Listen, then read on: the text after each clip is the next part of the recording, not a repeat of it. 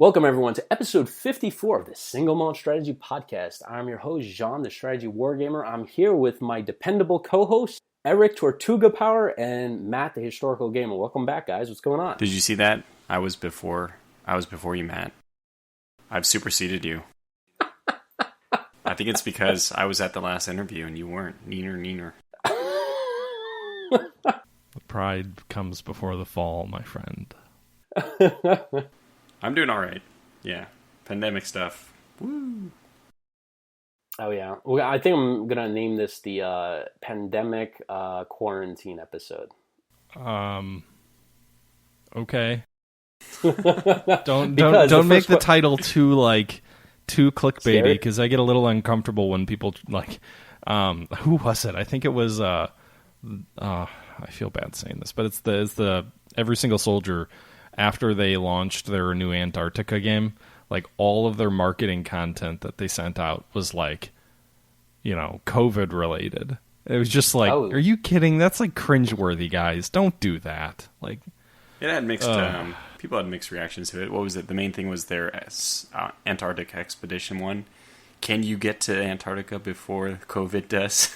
Yeah, I don't know. It was because that was right when all the lockdowns were starting and a lot more people were freaking out at the time, and I don't know. It seemed it would be like a war game being it's kind of like the Syria war game that came out as Russia was intervening in Syria, and they're coming out with a game that's about Russia's intervention in Syria as people are literally dying, and they're trying to leverage that crisis for economic gain. It just gives me the creeps. This wasn't that bad, but anyway, I'm doing great. I'm fine. I'm everything is fine. I'm spending 99% of the day in my condo, and everything is okay. Hopefully you have a big condo. It's a good sized condo. We've got 3 bedrooms, 2 bath. It's enough for 2 people and a dog. Did you guys enable each room for you have a man cave, and then she has I don't know what women would call it, a woman. I saw a commercial that said a she shed. She shed.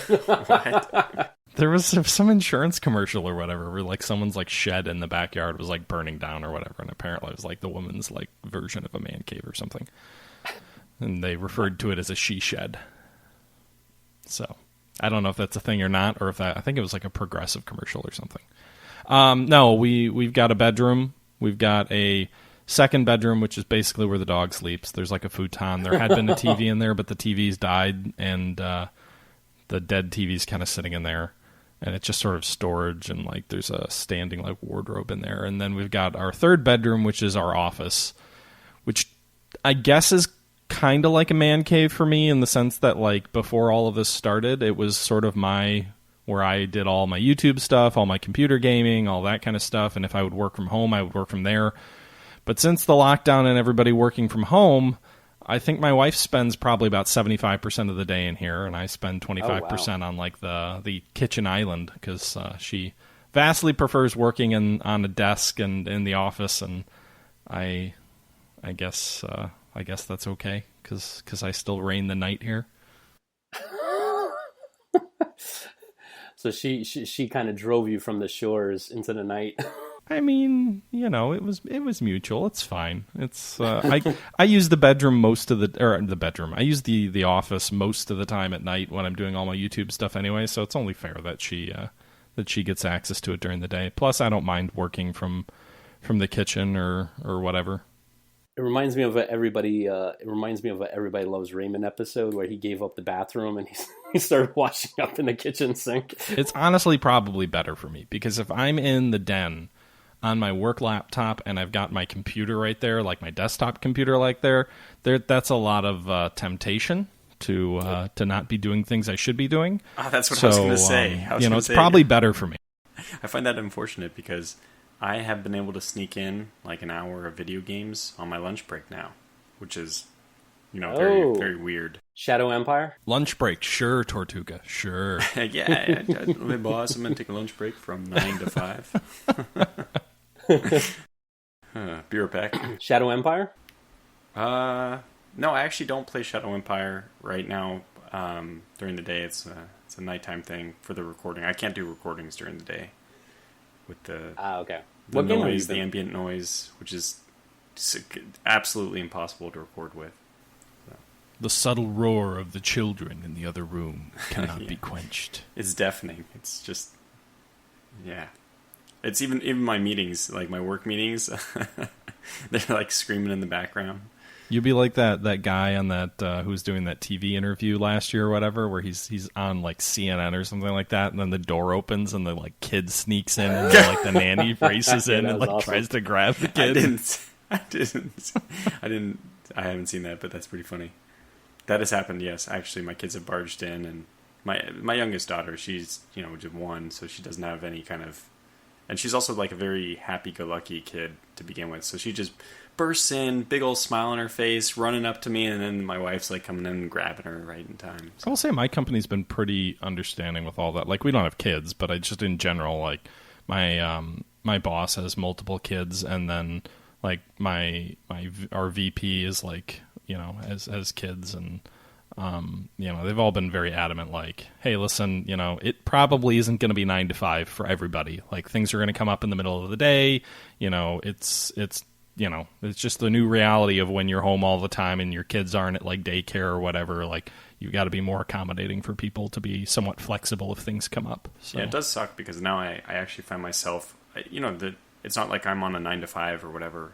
Technically, yeah, but I mean, I'm salaried, and it's really just about how much work you're getting done. So in order to try to keep up, they're being lenient. It's true, but I find myself, like tonight I was working like 6 to 9, 6 to 8:30 to try to get some stuff done in the evening, and that's time I normally would be spending with the family. So, but I guess I'm spending that time earlier. I don't know.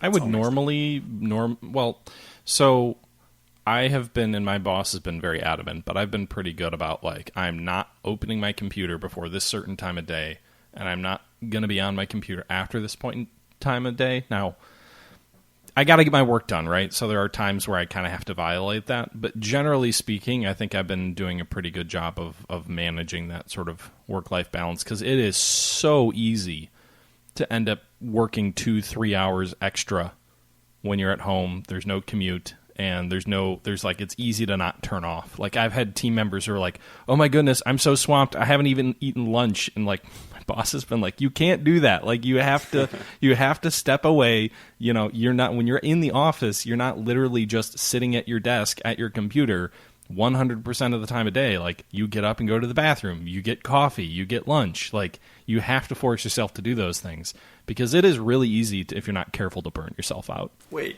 you guys don't have catheter desks? No, is that a new thing? Because that feels like a Silicon Valley like productivity like startup waiting to happen. No, that's Not yet. prototype only.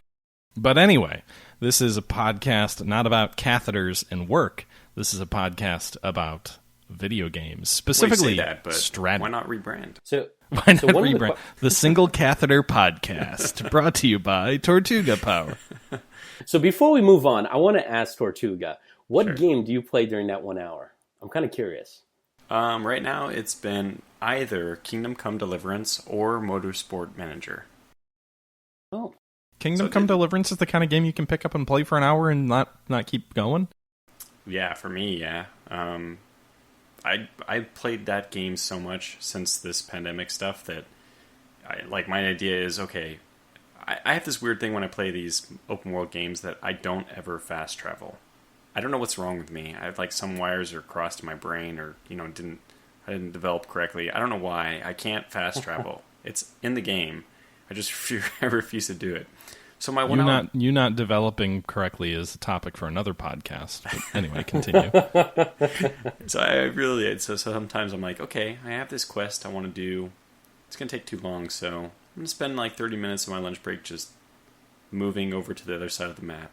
wow, this game looks beautiful. It's a good game. I think I fast travel on that. I remember when I first played Skyrim, I didn't do much fast traveling, and then I Same. realized how much time I was wasting. Yes, But it's kind of pleasant to like be It's in like the world Train and that Simulator. you're. Well, yeah, and it's also like if they put all this work into like making this gorgeous world, like there's an element of me that wants to enjoy it. Yeah, and yeah, it's So cool. this is like The Witcher, right? I would say it's very much like Skyrim, except for it's a medieval historical Skyrim. With a lot of potty mouths.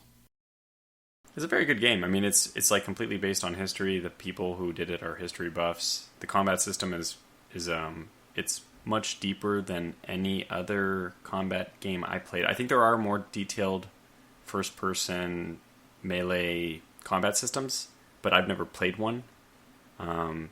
Let's see. There was the Paradox game. What was the?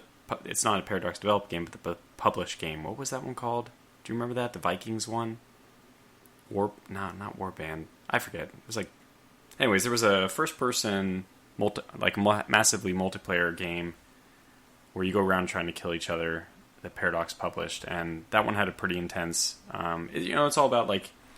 It's kind of like the same as Mount and Blade, where you hold your sword, you move your mouse in this curtain in a direction, and that's the direction you're attacking from, and then the enemy has to move their mouse to the same direction to block in the otherwise I think they still block if they misdo it, if they predict your direction incorrectly, but it costs stamina. Anyway, I mean, it's a fun, intricate game, and I'm pretty glad that I'm not playing multiplayer, because I would suck at trying to counter people, but there's a few things you can do against the AI to win, and I'm happy about that. Kingdom Come is one of those games that I played a lot. So it's first off, I double dipped. When it came out, I first bought it on PlayStation. Then later, I bought it on PC when it was on some huge discount sale. And I played like 40 hours of it or so on PlayStation. I don't know how far into the story I got. It's hard to really tell in a game like that. But I never finished it. And then I always wanted to go back and play it on the PC, and I started and stopped a couple of times, but I've never actually like dedicated enough time to like get through it.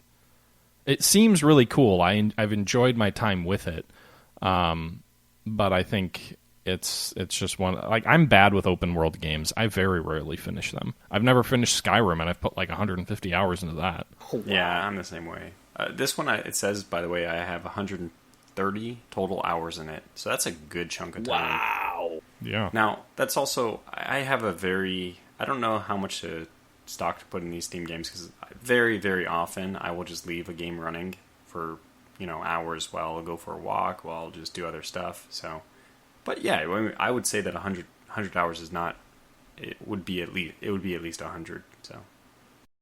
Yeah, I mean, because it's very much open world. There's a big crafting element to it, so like you can definitely spend time just like doing side quests and other things like that. I'm sure the main story isn't 100 hours, but like all the other things you can do in it, especially if you're not fast traveling, yeah, exactly. can definitely add How much of that time is spent traveling? Probably like 50. It'd be like our Microsoft Teams report, like gives you like what are you spending your day doing? It's like Tortuga, 90% not fast traveling.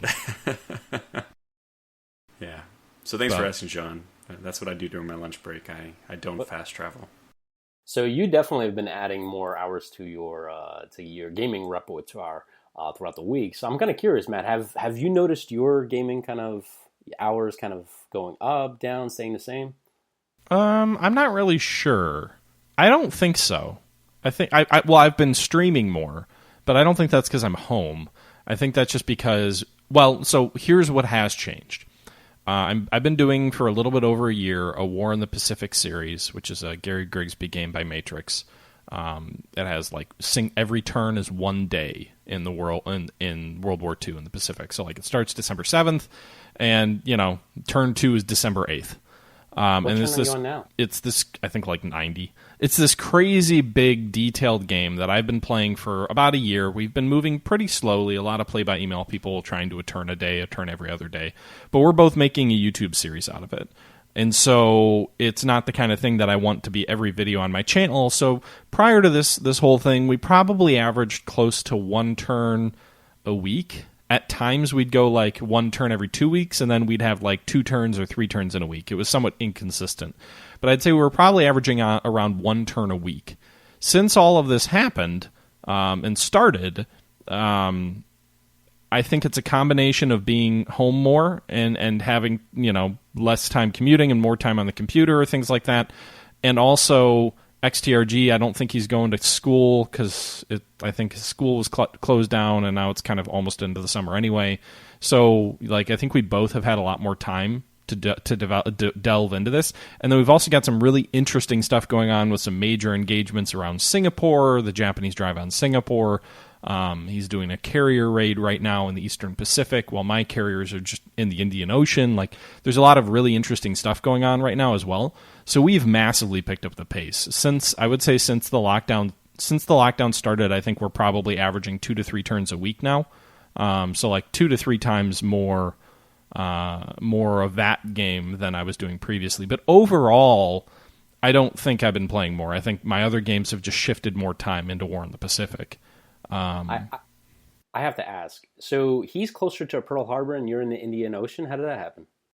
I sent my carriers into the Indian Ocean because I knew his carriers were elsewhere. Like, I'm the Americans. My carriers. It's March of 1942. I cannot engage the entire Japanese carrier fleet because right now all I have is 4 carriers. I don't have, the Hornet hasn't shown up, the Wasp hasn't shown up. I don't have, we haven't sunk any of his carriers yet. And the way the game is built, especially in like February, March, April, the Japanese get massive bonuses in the game to sort of represent Japanese carrier doctrine and superiority around some of their tactics at the time. So the Allied player, if they really don't want to be, unless they know the game really, really well and they can manipulate the systems or just know the systems and know how to work the game well, which I don't, you're very, very much, it would be a good idea to avoid a major carrier battle for the Allies early in the war. So I tend to try and find opportunities to use my carriers where I know XTRG is not. And that's not that unlike the Allied strategy early in World War II. Like, the Americans did the Marshall Islands raid when they knew that was it the Marshalls or Marianas? I think it's the Marshalls. They did the raids there only when they knew the Japanese carrier fleet was like in the Indian Ocean. So there was no chance that the Japanese carriers were going to respond. And so I kind of follow a similar strategy at this point in the war, where if I know he's somewhere, I move my carriers elsewhere. It does leave me exposed to him raiding my supply convoys or other things like that, but it also means that I can affect some positive change on the war in places where maybe I otherwise wouldn't have. Like, we just ambushed Japanese fighters over Singapore and shot down like 70 to 80 Japanese fighters and bombers over Singapore a turn or two ago. So that was a pretty good result for us. Now, the flip side of that is now he knows he can really move in and savage my convoys, but I've already reacted with my convoys, I think, to avoid most of that potential risk. Anyway, long-winded way of saying I've been playing a lot more of this game, and it's been super compelling and enjoyable, but I don't think I've been playing more gaming in general since this all started. What about you, Jean? I've been playing probably a lot more because, so I've been, I'm one of the, I guess 20 or 30 million people that have filed for unemployment. So my life consists of getting up, taking care of the baby, and then going upstairs and playing Strategic Command 2 World at War for a number of hours, or as long as the wife lets me. So I've been playing that quite a bit, some Stellaris, and yeah, I think that's about it. I don't think I've been playing anything but pretty much just a lot of Strategic Command. I love it. The only thing it's just driving me nuts, and it drives me very nuts, is the what do you call it? The what is that thing when you have the blue line, sphere of influence, whatever it's called? When a unit projects that blue line, zone of control. I hate zone of control. I hate it with a passion. Like, I can't even begin to tell you. If I have like a unit that like I move accidentally first, like, so for example, if that unit is facing an enemy unit and I move them out, I cannot move another unit into that hex because the enemy unit somehow magically projects a zone of control out of this magnetic field that I can't actually go into. A good example. It's the Werfenwerfer device. You don't know of it? It's right alongside the Chrono Trigger. It's a secret weapon. You just don't know about it yet. Hitler's secret weapon. The History Channel. There'll be a badly acted full motion video with a guy dressed up as Stalin that'll be explaining it in a little bit. Which by the way, we should actually bring up some other thing that you brought up about the Civil War. But well, I guess we'll talk about that a little later. But I mean, since you guys played it a lot, explain like this logic to me. So, like for example, I had a Panzer attacking an enemy army. I smashed that Panzer, right, and I still have some action points left. I think, right, destroy that unit, and I can't go into that spot though, because once I destroy the unit, it has zone of control on there, and I can't move any other units into that hex. And I'm just like, so did the Panzer go into the town, blow up that entire army that's occupying that town, and then say, whoa, we don't have any action points left, we have to leave the town? It just, I don't know, to me it doesn't make sense. Yeah, I think that we should distinguish between two different things. Zone of control, and then strategic commands, attack and movement system. So I like zone of control. But I should ask you, Jean, what do you think zone of control is? What do you think it's an abstraction of? From what I read, it said it's the enemies. I read from the manual. It said something like zone of control is I forgot the words that it used, but basically like it's a projection of the enemy force into nearby hexes. Yeah, so I think that the way it's been explained to me, or at least the way it's been explained in games I've played, this is tabletop games, so this is back in the day. But it's always been that when you're in close proximity to the enemy, you don't have freedom of movement anymore. Like behind the front lines, you have freedom of movement. You may even still put up, a recon group. There's still maybe a vanguard, but once you're in close proximity to the enemy, movement. Like some games would have it so that if you move from one hex that's occupied by an enemy or zone of control to another hex occupied by an enemy zone of control, they get a free turn of fire against you to simulate that if you're moving in front of the enemy, you're giving up your ability to return fire effectively, but they have an opportunity to shoot at you. So this is the idea that when you're in contact with the enemy, you're no longer able to just move along their front.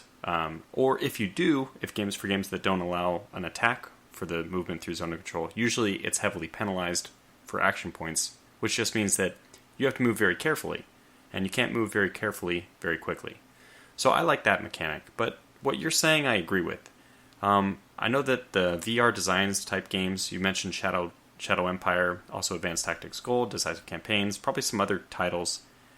For these, when you attack, you spend your action points to attack, to move in, and that includes the action points. You lose more action points the longer the battle continues, but you have to in order to attack, you have to spend the action points needed to enter the enemy hex. And then after the combat, if you've won, the enemy is removed from the hex, they retreat usually, and you have the option, it's not mandatory, but you have the option to move any of the attackers into that hex for free because you've already spent the action points. So I don't necessarily agree with the action point system or the movement combat system that Strategic Command has used. But yeah, that's different than zone of control. I also wonder, I don't know because I'm not playing your game, obviously, Sean, but is it possible that you just don't have enough action points to move into the hex? Because you can have different terrain has different costs in terms of action points, right? So if you're trying to move into terrain that's like clear terrain and versus trying to move into a mountain hex, or maybe you're trying to move over a river, like all these different things can influence how much you have to spend to move into that hex. And it's possible your attack left you with some action points, but not enough action points to move into the hex you're trying to move in. Yeah, I think that's the case, Matt. That's what I would guess has happened. So it's just a question of whether... Which I think is a fair extrapolation of like, how many times have you read in military history where a unit fights a battle, they drive an enemy off, but they do not have enough, they're basically a spent force, and they don't have the ability to pursue or to move after them because they're just so exhausted and combat ineffective. Like, that happens all the time. I don't know. Yeah, I think that I could go either way on this, because once you've defeated an enemy force from that town, you couldn't have done that at this. To Jean's point, I would basically agree with Jean on this, that once you've removed a unit from a town, you must have been in the town to do that. Like, you force them to retreat by attacking. That means you're in the town. I've always thought of it as the attack occurs, and this is what happens, right? The defensive bonus is based on the defender's hex. So the attacker is moving into the defender's hex, and that's where the combat occurs.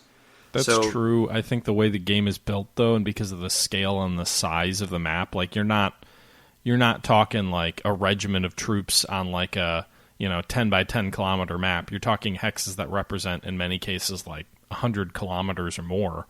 So, if all of a sudden you have to move into every hex that you attack, that is going to create a very difficult... The game is not set up to force you to move into every hex that you attack. Mm-hmm. Like, your front would collapse so fast.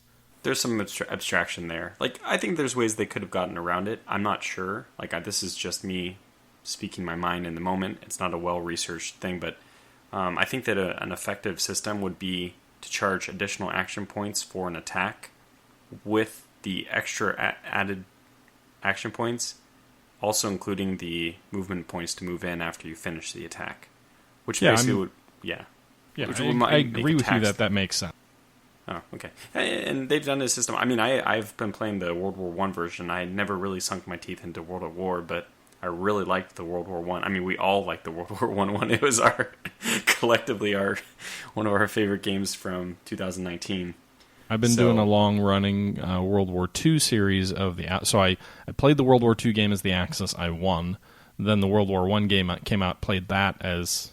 I think also as the Central Powers, and I won.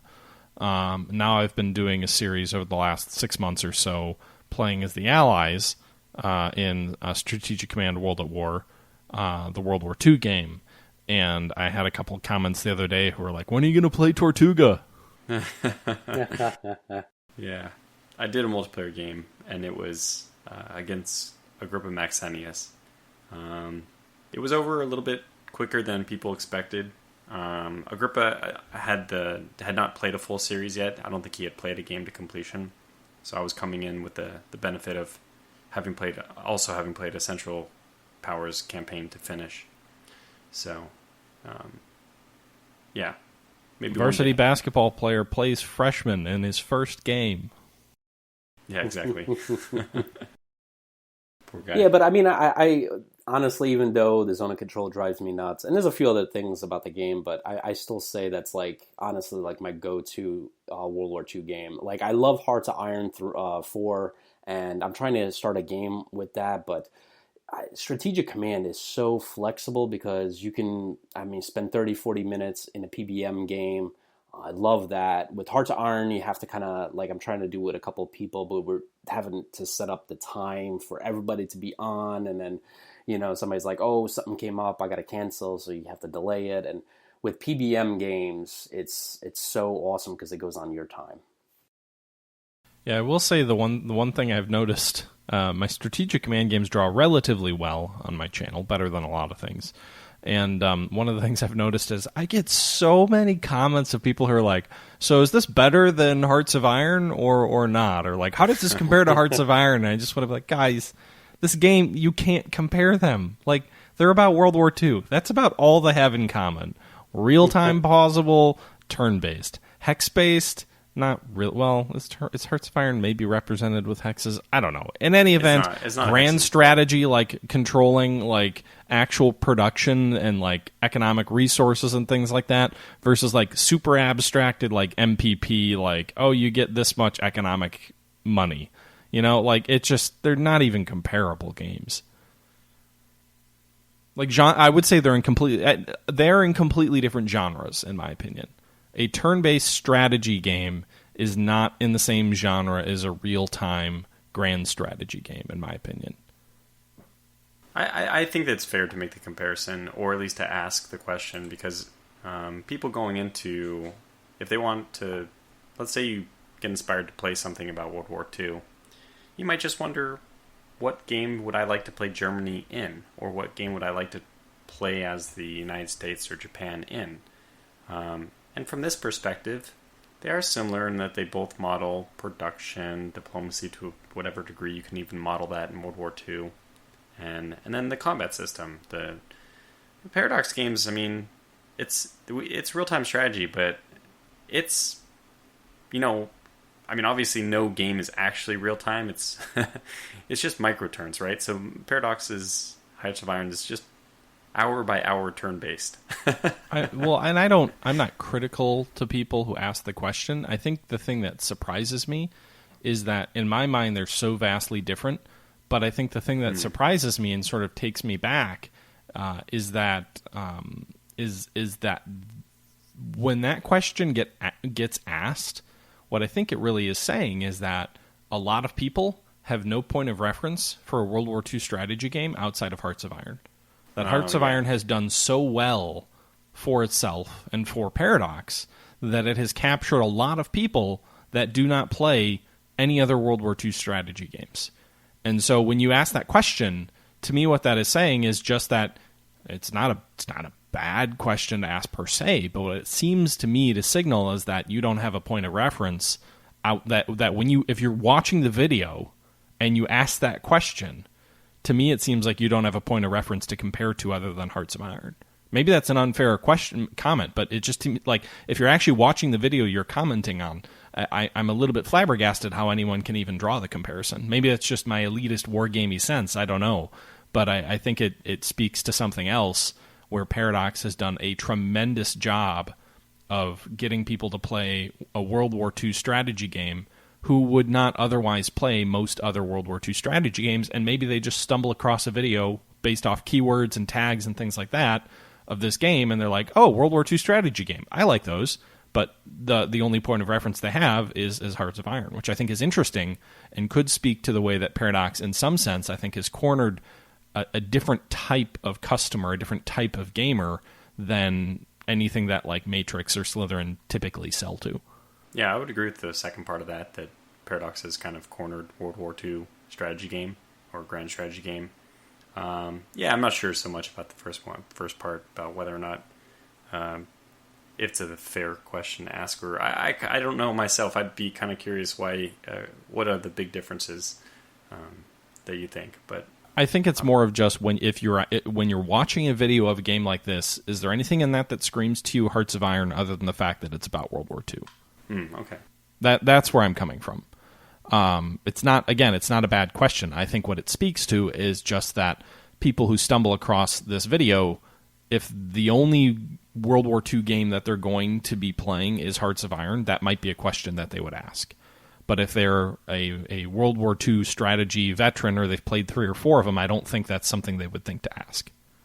And so what I mean by that is just that, to me, that says Paradox has found a way to break through out of just the groggy wargamer group, and that they're succeeding in selling to people who would see a Matrix game and probably not buy it, but people who see the Paradox games and they buy them. Well, speaking of, or maybe they just don't even know about the other games, right? That might be a better explanation. They're just better at marketing and better at getting sort of a mass appeal. I don't know. It would make for a good video topic, but probably not ours now that we're almost 40 minutes in. Since you mentioned turn-based warfare earlier, right? I want to segue to another company that did turn-based warfare just beautifully. And we're talking about an announcement that came out today, which was kind of blew me off my chair. I kind of woke up and went on my phone. I looked at my email and I'm like, what? And it says, Microprose is back with 3 new games announcements. So this kind of rocked my world today. And if you guys are not familiar, Microprose has made some incredible games. They're a legendary company that has made... What's Microprose? Wait, did you say Microsoft? Well, Microsoft. Yeah, he must have said Microsoft. Did I say Microsoft? I think you said Microsoft, or maybe you said Apple. I think you said Apple. Well, Apple's into gaming now. Actually, they are, because Apple Arcade. So Microprose is behind a lot of the legendary games that we all know and love. at least for me. One of my favorite games, Star Trek Birth of the Federation, they're responsible for my all-time favorite game, and then other legendary games like Civilization 2, B-17, Wow, Star Trek Fortress. Birth of the Federation is your all-time favorite game? Oh yeah, forget about it. Yeah, Wow. I mean... Wait a minute. Sean, I'm pretty sure you have a different favorite game every other day when I look at your Twitter account. Well, I could tell you the one game that I've bought repeatedly throughout the I don't years. even think it reviewed well. No, I didn't. Well, because the reason why I love that game, and a lot of people in the Trek community love that game, is because like it's a 4X Star Trek game. It's basically like, hey, we want to play like a Star Trek Civilization kind of game where somebody plays the Klingons, somebody plays the Federation, and if you're a Klingon, you can go rampaging around kind of thing. So it kind of satisfied that thirst that we had, and it was I'm looking at this screenshot and it looks like Battleship. Battleship. It's got hexes and like things. It looks like it's a 4X game. It's pretty cool from this perspective that it was a way to do a 4X space game with like an official 4X space game with within the Star Trek universe. Normally, people would just... I'm just trolling. I've never played it. Yeah, normally people would just mod games, but no. I mean, Microprose. This announcement is big. The 3 games that they talked about. We should get to that in a moment. But Microprose is just a giant of my childhood gaming. I mean, if you asked me like what are my top 20 games of all time, and I was really digging through everything that I've ever played and like looking. I mean. Like, one of my first memories was watching my dad play Silent Service 2. And, like, you had the keyboard cutout on it, and it was, like, awesome. It was so exciting, just gaming with him. And then Masters of Magic, Civilization 2 was the first one I played. I didn't play Civilization. But, come on, Civilization was, like, the genre-defining 4X game. I mean, this is... Then you have Masters of Orion. I mean... I didn't realize that Sid Meier was one of the founders of Microprose. Yeah, I think he was the co-founder. Yeah, it was him and some other guy. Beasley or something like that. I forget the other guy's name. I apologize, too, because... You got to feel bad for that other guy where everybody's like, Sid Meier. Bill Steely. Here it is. Bill Steely. I didn't know his name, but here it is. Bill Steely. But just amazing. I mean, they have so many great games, like Railroad Tycoon, Red Storm Rising, Silent Service. I mean, I'm now on their Wikipedia page because I looked up Bill Steely. But Falcon 4.0, dude, like the definitive flight Falcon sim game 4.0. that still influences and the maybe to its detriment, still influences the flight simming community very heavily. I think you can see a direct correlation between what they tried to do with the simulation of Falcon 4.0 and where flight sims are today. Unfortunately, not on the campaign side, but within sort of like the I want to be able to click every single button in my cockpit and like have to learn how to cold start my jet, and now I have to actually be a PhD to know how to fly this DC jet. I think that Microprose is above, but on the same tier as SSI. I mean, I really like a lot of the SSI titles, but I would give the nod to... I mean, they just... So much innovation. And I know a lot of the innovation came from board games already. So Civilization was a board game first, right? But oh my gosh, Open TTD that we every now and then play, that transport game based on Open. It's Open Transport Tycoon Deluxe, also a Microprose game. It's just crazy the number of games these guys made. XCOM, right? XCOM is originally... It was originally Microprose, right? I hope I'm not wrong about that now. But anyways, Microprose has such a legacy of games. That's why it's really cool to see them coming back. And we'll have to see if... I don't know. I don't want to railroad this into only my childhood memories. Do you guys also want to share? Yeah, so I played a fair amount of Microprose. I played a lot of Falcon 4.0, although I never was like... I'm the guy that a lot of grog nerds would probably like frown at, like, different game, but playing like Silent Hunter 3 with like I'm not gonna do the mathematical calculations. Just tell me when I should shoot. Give me that little green triangle to tell me when the torpedo's ready to shoot, and then I'll shoot. But like I played a ton of Falcon 4.0, which was a Microprose game.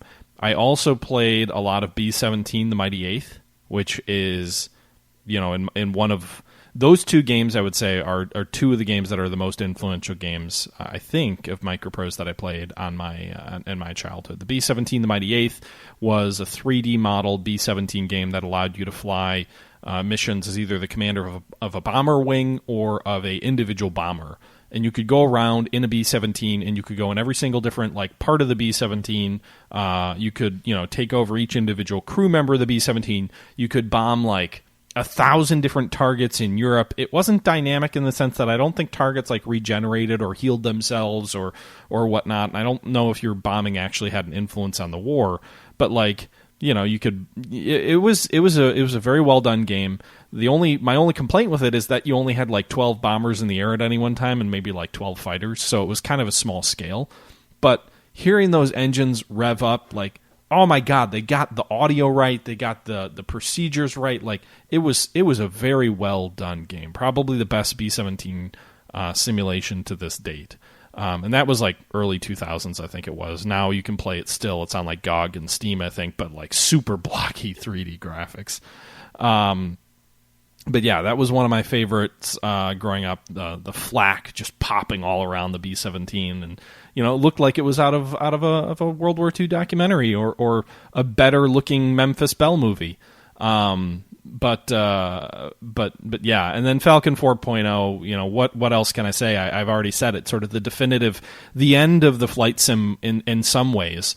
But also the definitive flight sim where you've got this living, breathing world all around you with this dynamic campaign with thousands of individual units and flights all crisscrossing the skies, and you're just one individual pilot within all of this, flying an F-16 in a hypothetical war in Korea. And even the corny little full motion video news reports were one of my favorite things. And you could play the war out in real time. I used to literally leave that. I was a little frustrated that you could jump from plane to plane and that you weren't really one pilot. You could just kind of jump into any F-16 you wanted to at any time. So that to win the war, it seemed like you kind of had to keep chaining missions together with no downtime at all. Because if you failed to do your mission, the AI, odds are, would fail its mission. And because there were all of these different individual flights, if it was a SED mission designed to knock out enemy anti-aircraft weapons, if that mission failed, then the airstrike that was going to go into the airfield and take that airfield out probably would fail or would take heavier losses than otherwise.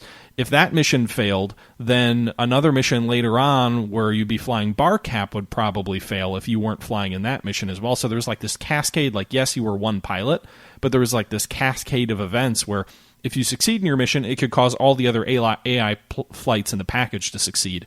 If you failed, it could cause them all to fail. And so instead of one pilot influencing just what one pilot realistically would, it was kind of like one pilot was influencing 60 or 70 other aircraft and what they would do. And so essentially you had to keep kind of playing and playing and playing and flying and flying and flying. But I was a little frustrated with that. So sometimes what I would do is, and this game was entirely real time, is I would play, and then when I would go to bed, I would leave the game running while I slept. And so the reason I would do that is my logic was hey, I'm a pilot. I got to get some sleep. I can't be in my cockpit 24/7. So it's more realistic if I'm sleeping, but the game is still running. That's pretty cool. But so those. I would say those are the two Microprose games that I played the most. I played a little bit of Silent Service, but I was more into the sort of the later games of the Silent Hunter series. But I remember I got a DOS box version of Silent Service, and I played that, and it was good. Trying to think of what the other games are. Obviously, I played Sid Meier's Pirates. I don't remember that really being a Microprose game. I wouldn't call that a simulation in the way that the other games were. But yeah, that was also Microprose, wasn't it? Pirates. The original Pirates, yeah. I think I played Pirates 3D, which I don't know if that was or not. I'm just kind of looking. I've heard of Red Storm Rising. I haven't played that, but obviously it influenced Cold Waters, so there's that.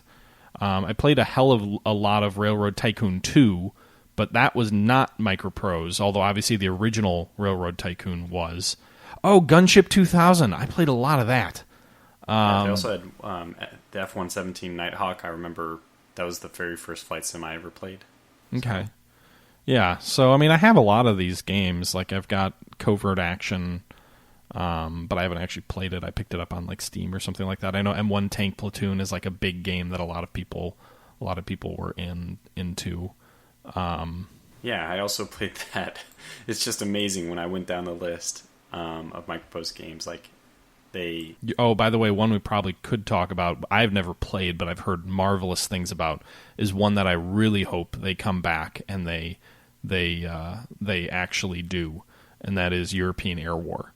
So European Air War was this flight sim, but it was unlike B-17 Flying Fortress or B-17 The Mighty Eighth.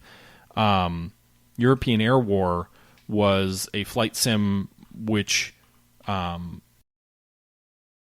it had like literally hundreds of aircraft all in the sky simultaneously. So like you could have bombing raids with like 100 bombers and like 40 fighters all crisscrossing the sky, and it would, everything I've heard about it is like, wow, that's the game I always wanted and never had.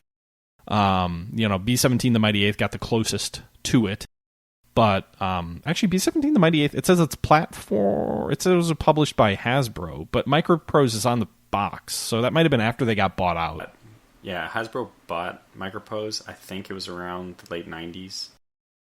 But I feel like that game was probably a slightly, like they upped the graphical quality over European Air War, which came out 2 years before it, but they reduced the amount of airframes a lot, which I think was always one of those things that never felt right. Right, like when you're talking about the European Air War, what you think of the bombing campaigns in Europe is literally skies full of bombers, and so from everything I've heard, is European Air War delivered that, whereas B-17 The Mighty Eighth, it was like, oh well, you've got 2 groups of 6 bombers, okay, like there's a lot of stuff that's cool about it, but that doesn't feel right. John, you're the missing link here. What did you play from Microprose? Maybe nothing. So.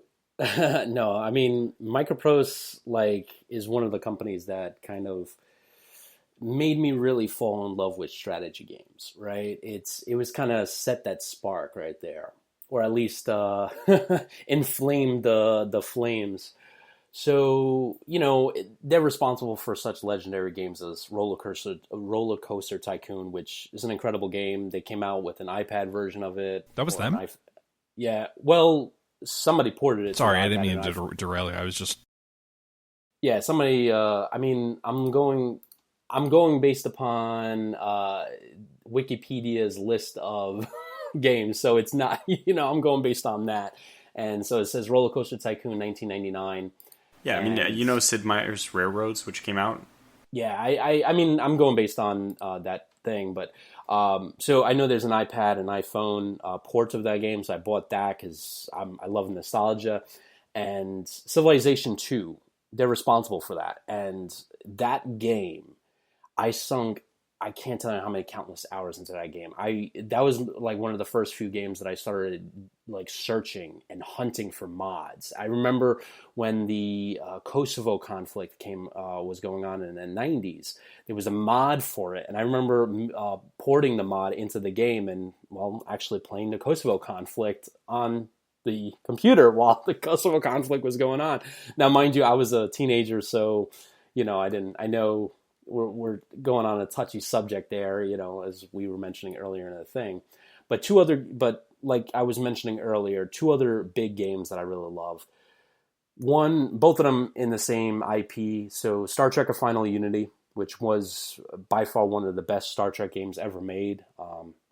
And then the other one, which we talked about earlier, which is Star Trek: Birth of the Federation. And since we've been talking about this, I was doing some research, and apparently it says right here on the Wikipedia site that Bill Steely, which is one of the company's original co-founders, is one of the people that's restarting Microprose. Now, the other person that co-founded it, which is Sid Meier's, I'm assuming he has different projects, so he's doing his own thing. But when I looked at that name, Bill Steely, it reminds me that I reached out to somebody from Microprose, I would say probably over about 10 years ago, somewhere around there, maybe even longer. And the reason I reached out, I think it was Bill Steely. that I actually reached out to. Now, this is 10 to 15 years ago, and the reason I reached out to him was because Birth of the Federation, that there's basically this massive fan community for Birth of the Federation. If you type in BOTF2, you're going to run into, one of the first few links is a forum for it. And a couple of years ago, I remember I was going through the forums and it had on the bottom registered members, and it had something like crazy. It was like 40 or 50, somewhere around there, 1,000 members, right? All of them downloading mods for Birth of the Federation, enhancements, all this stuff. And there's a couple of projects that fans have started called Birth of the Federation 2. And some of them are still being developed and such, and they're actually freeware, so you could actually download them. And one of them, I think, is Star Trek Supremacy. So I reached out to, I believe it was Bill Steely, and I finally got in touch with him. I forgot how. I think it might have been through Facebook. So a little Facebook stalkerish. So I got in touch with that person, and I remember asking them, because there were always rumors about a Birth of the Federation 2. And I asked that person, I said, hey, can you kind of shed a little light? Was Birth of the Federation 2 a thing? Was it a rumor? Do you know where the original source code for the original Birth of the Federation? I know it was a long shot. I was very young. And he actually did mention that the source code for the original game is locked up somewhere. He said in the Activision vault or something like that. And he doesn't know. He remembers it was on a CD and it was all shipped to Activision, so he's assuming it's in a vault or somewhere like that. So that was one of the things that I was kind of looking forward to, getting my hands on the source code, because Birth of the Federation does have some bugs in it. A memory draining bug. One of the biggest ones is a memory draining bug. Oh, I'm kind of curious about, like, when you're mentioning, like, oh, Activision has these games like locked up in a vault somewhere. I'm really curious about, like, what is this Microprose, right? Like, I think one of the guys who bought it is like a former, I think I read this somewhere on Discord, so this might be wrong, but one of the guys who bought the rights, because the rights were owned by a different company, and the rights to the name were owned by a different company. So I think one of the guys who bought it is like someone who was involved, one of the founders of like Bohemia Interactive. I think I read that.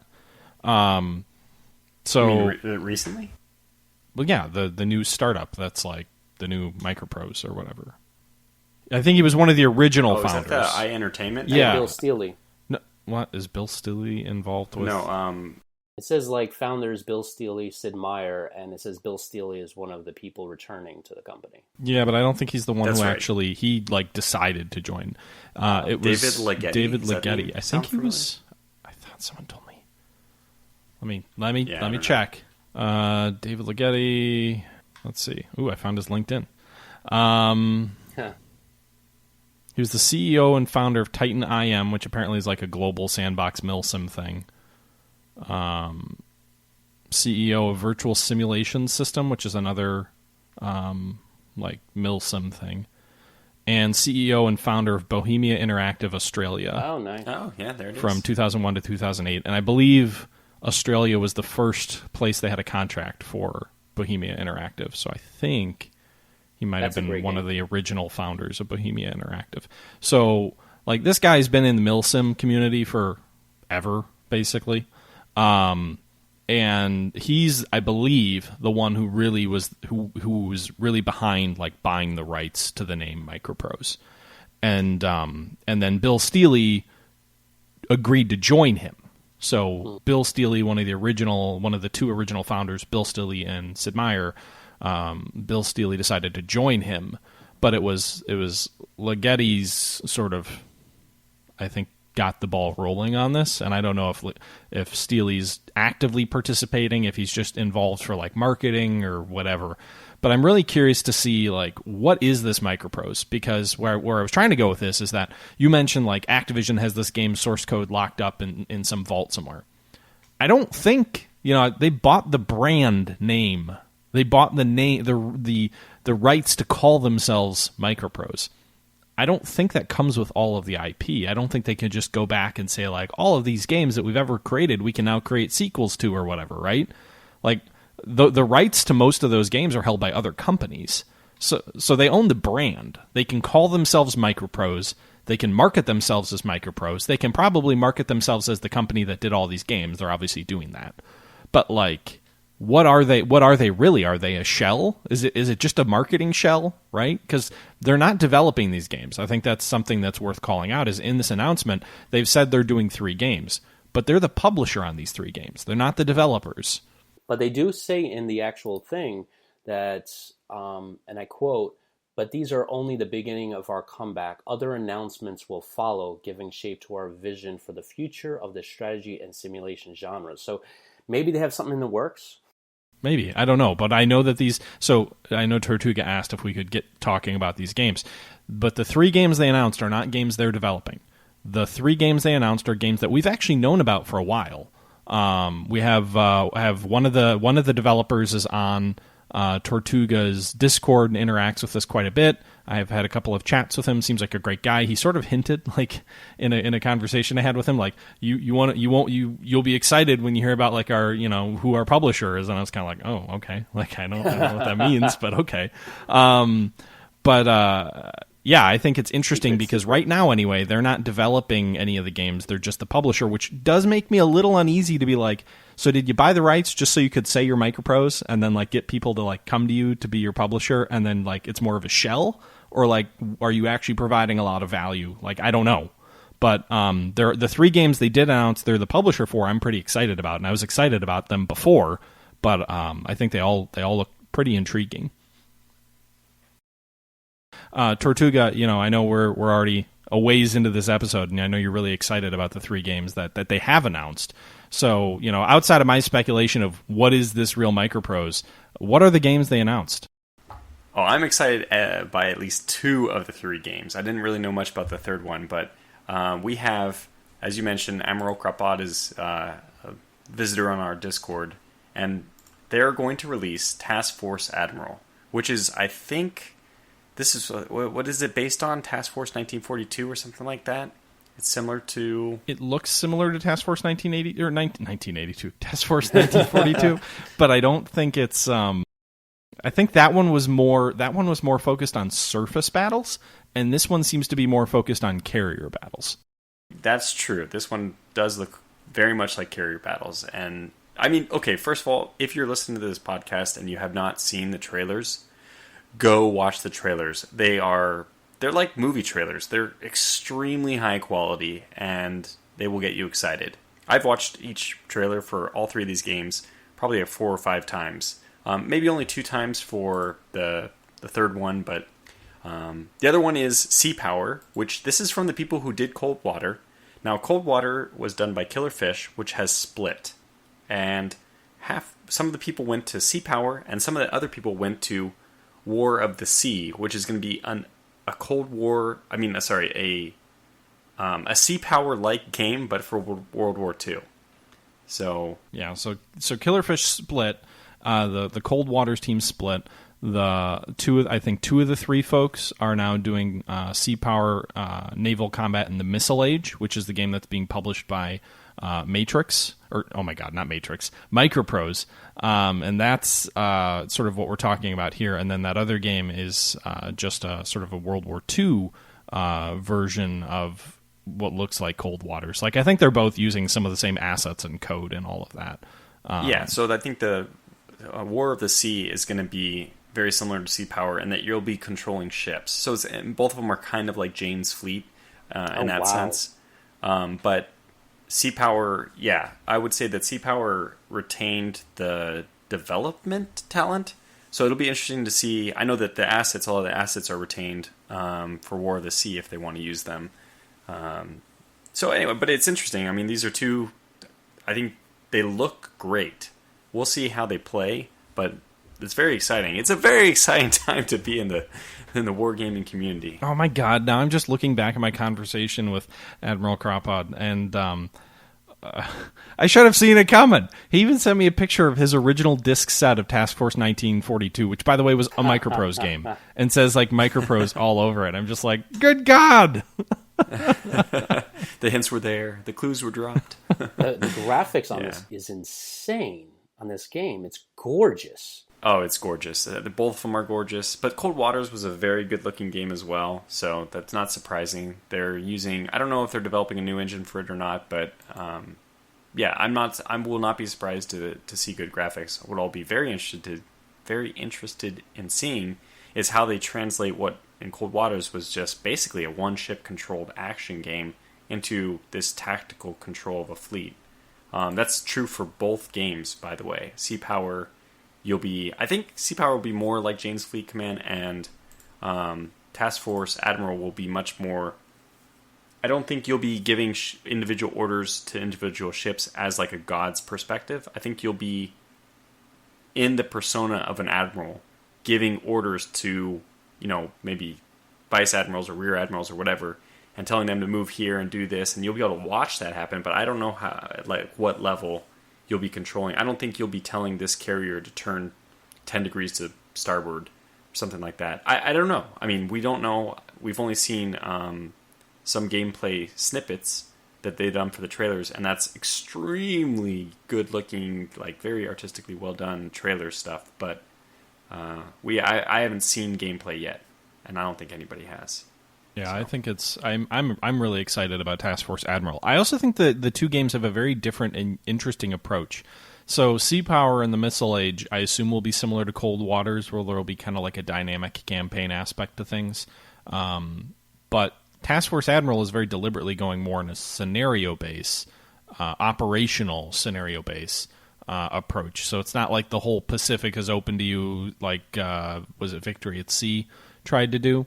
Which I think that's probably a smart approach. Like I think sometimes games try to bite off too much and aren't able to really effectively do what they're trying to do. But I'm really excited to see what they do with Task Force Admiral. Also, they are calling it Task Force Admiral Volume 1 on their website. Oh. So that implies there will be more. Because I think they're primarily looking at the combat in 1942. When things were, I think it's like, isn't it focused more of like in the South? Is it Midway or is it after Midway? But I know it's sort of like up to a certain point in 1942, and that's kind of where they cut it off. And so presumably, there'd be follow-on volumes for other portions of the war. And then the last game is what was it called? Second Front. Yeah, that's the game I know less about. So this is supposed to be what is it? Advanced Squad Leader, ASL. So I guess there's an abbreviation for this in the wargaming community, ASL, which means Advanced Squad Leader type game. This is very I thought similar it meant something else. ASL 14F whatever. Anyway, this is supposed to be so that was your thing, Steel Tortuga. Panther. Okay. Anyway, Steel Panthers. This is a little bit like Steel Panthers, is to give you a reference point for this. So there hasn't been a good Steel Panthers game. Has there been a good successor to it since? I don't know. I only know I've seen people playing Win SP WW2, and I was like, what the hell is that? Oh, it's Windows Steel Panthers World War II. So there's aren't they making a new Steel Panthers? Isn't Matrix making a new one? 2x3 is making Steel Tigers, which is will be developed. Well, they say last I saw was 70% feature complete, but they'll be working on that only after War in the East 2 finishes. So there's probably a ways to go. Okay. Yeah. Yeah, but lots of exciting things, man. This is really exciting time. I'm really curious. So, I'm not going to lie. The thing that I was really looking forward to is I want a strategic bomber game that gives me the sense that it is actually the strategic bombing campaign of World War II and not some, whittled down, hollowed out experience. But I think the thing that makes me most excited about Microprose, because I know, Jean, you said that Microprose, was your go-to, strategy game company, which I had a very different recollection of Microprose, and I think you heard it in my responses, is that, to me, the games that I think of when I think of strategy games were SSI and Sierra. Sierra doing Civil War Generals 2 and Fast Attack, and SSI doing basically everything else. But when I thought of Microprose, what I thought of Microprose was simulation games, typically flight simulation games. And that's just because of the games I played, right? They obviously had a huge catalog of games, and you played different games than I did. But I guess what I'm hoping is that maybe they bring some balance. Like, I'm really excited about the 3 games that they've mentioned here, but I really hope they've got some World War II flight sims where I'm behind a stick and I'm flying around. But I want it to be something that's a little bit more approachable than DCS. I want it to still feel like a simulation, but one of the things that I feel like Microprose games generally did, even though the more limited ones like B-17 The Mighty Eighth, is they made you feel like you were part of a bigger world, that there was a lot going outside of your world, and that wasn't just you and your cockpit. Something that I don't think DCS does a good job of at all. And so I'm really hoping that if Microprose is really coming back and that this is, a big deal, that they start rolling out some flight sims or some different types of simulation games where it feels like you're part of a bigger world. And I see some of that at least in 2 of the games that they've announced, Task Force Admiral and Sea Power. But that's my hope. My hope is that we get a new European Air War, that we get a new something similar to Falcon 4.0, but that it's not so overly complex and that the learning curve isn't so huge that I don't have to, I don't want to have to spend 40 hours to figure out how to get off the ground. I'm probably exaggerating there a little bit, but I think the rivet counters, and I don't mean that in a negative way. I know there's a lot of flight sim folks out there who take, they want to learn how to actually fly the aircraft they're flying, and that's fine. But I do feel like the rivet counters have kind of walled off flight sims in general, so that what we have today are either super arcadey, joke of a flight game, or oh my god, you put the rivet in the wrong spot on the wing, and therefore that plane is, I'm not even going to play this game. I don't want another DCS. I probably want something similar to IL-2, but with a Microprose world around it. And I just don't think that there's very many games out there that do that today, that don't just feel like you're flying one mission that has no connection to anything else. So I hope they bring that, and they bring a little bit of balance to the simulation community. I personally would love to see another Silent Service game that basically would become the good version of Silent Hunter 5. There's so many other games that we could look forward to. I'm looking for their strategy side because, they're the ones that made Master of Orion and then, that Birth of the Federation game. I'm hoping for a sequel to Birth of the Federation, which actually, now that I mentioned it, I want to add into this podcast, into this episode, that when I did reach out to this person, I think was Bill Steely, he did mention that Birth of the Federation 2 was being made by Microprose.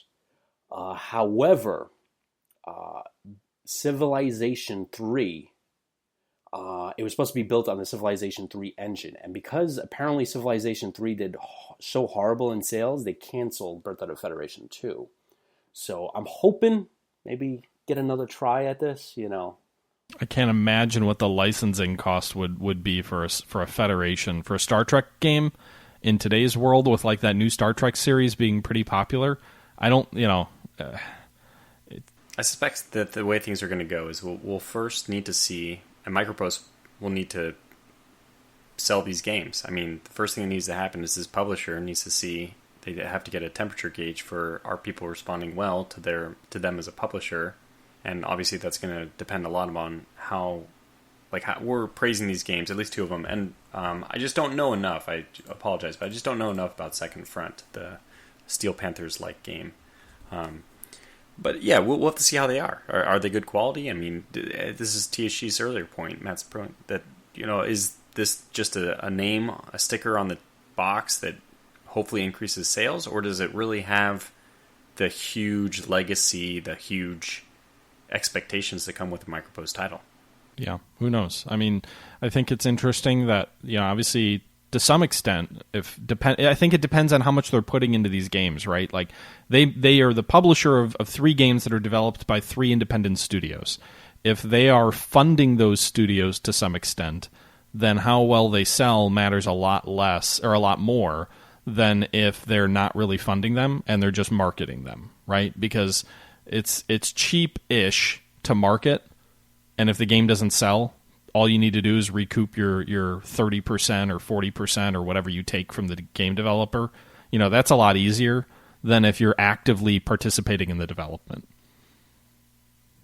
But as far as you're right, I mean, a lot depends on how well these sell, and I don't know if I have a good sense of how big these markets are. I don't think Steel Division 2 was very successful based off of, I don't know, anecdotal evidence around Eugen systems. Steel Division is quite different than Steel Panthers. Steel Panthers it is. So what I'm saying though is Steel Division 2 is a game that came out recently. Had a lot of hype, a lot of expectation around it. Modern graphical, quality, things like that. Real-time strategy type game. I don't think it sold very well. I don't know what the market is for these kind of games, right? Like, to your point, it's not a flight sim. There's a very defined market around flight sims that can obviously support DCS and IL2. I don't know what high production quality games like this, they definitely look like they're high production quality. I don't know how much that costs. I don't know how many units they have to sell. I don't know what their expectations are, right? Like the only, and we can wrap shortly because I know we're getting a little bit long in the tooth, but the only real, there's two major players in the strategy game space. There's Matrix Games, which, and I'm not meaning this as an insult, but does not make games that look like this. And there is Hearts of Iron, which makes Paradox, which makes a very defined sort of a gaming experience. There are other game developers out there. There are independent games. There's the Ultimate General series, which I think does very well for itself. But there's not really a ton of games out there like this. Like, there's some independent games like Victory at Sea, which I don't imagine did very well and wasn't a very good game. But, like, I don't know. How well are they going to do? I hope they do great. But we haven't seen a ton of games that look like this in a while. I think Cold Waters perhaps being the exception. And I don't know, I think it sold well. I think it did well, but I also find it interesting that the developer split in two and went in two different directions. Maybe it was just creative differences. I don't know. But I suspect so, by the way, because it looks like the development side of things mostly went one way, and then this is actually like not based on anything. This is just internet hearsay, basically. But the head, what would he be, the program director type person? He split off. I don't know who split off from who, but he went with some of the assets to this other thing, and he probably got a new development team for that. That's what I suspect happened. Let me end my rant with saying that I'm very excited with two of these games, and I definitely am intrigued by the Second Front game. And we do got to come back to Second Front because they have made one of the products from this person. I guess it's one person in particular. Is he has released a toolbox app for making your own hex games. So that's interesting by itself. Oh, wow. Interesting. Is that like Mario Maker for WarGames? Yeah, essentially, yes, actually. It's actually included in the scenario editor. If you've seen the trailer for Second Front, you'll see the scenario editor is in that trailer. And that's, as far as I can tell, it's just based on something, I think it's called Hex Game, or what the heck was it called? I forget what it was called, but yeah, he has a standalone tool, which is for developing your own Hex game. Well, Jean, you're going to have to make your own Civil War Generals 2 sequel. Yeah, boy, yeah. That's gonna happen. But yeah, I mean, I'm very excited about this. But I also am trying to temper my excitement because, we just don't know, and they have to sell well. If it doesn't sell, if none of these games sell well, then presumably, we may not see much more from them. But I would hope that Sea Power in the modern missile age goes well because there's a pretty defined customer base around the Cold Waters games, and the Cold Waters itself, and then Atlantic Fleet. So I think they know what they're doing, even if it's a slightly different group. Task Force Admiral looks brilliant. I want to see more games like that. This is what I want to see the future of wargaming be. I don't want everything. I love Gary Grigsby, and I love a lot of Matrix games, but I would like to see more war games look like this. And I hope that this is maybe the start of something that can give us more of that, because I'm tired of playing games that look like they're out of 1995. There's no reason that we shouldn't be able to have newer, better-looking games that push the envelope, that make people who aren't wargamers think, that looks cool. I want to play that, right? There's a time and a place for Gary Grigsby games. I want War in the Pacific 2. I would pay $400 for War in the Pacific 2, and I know everything that entails.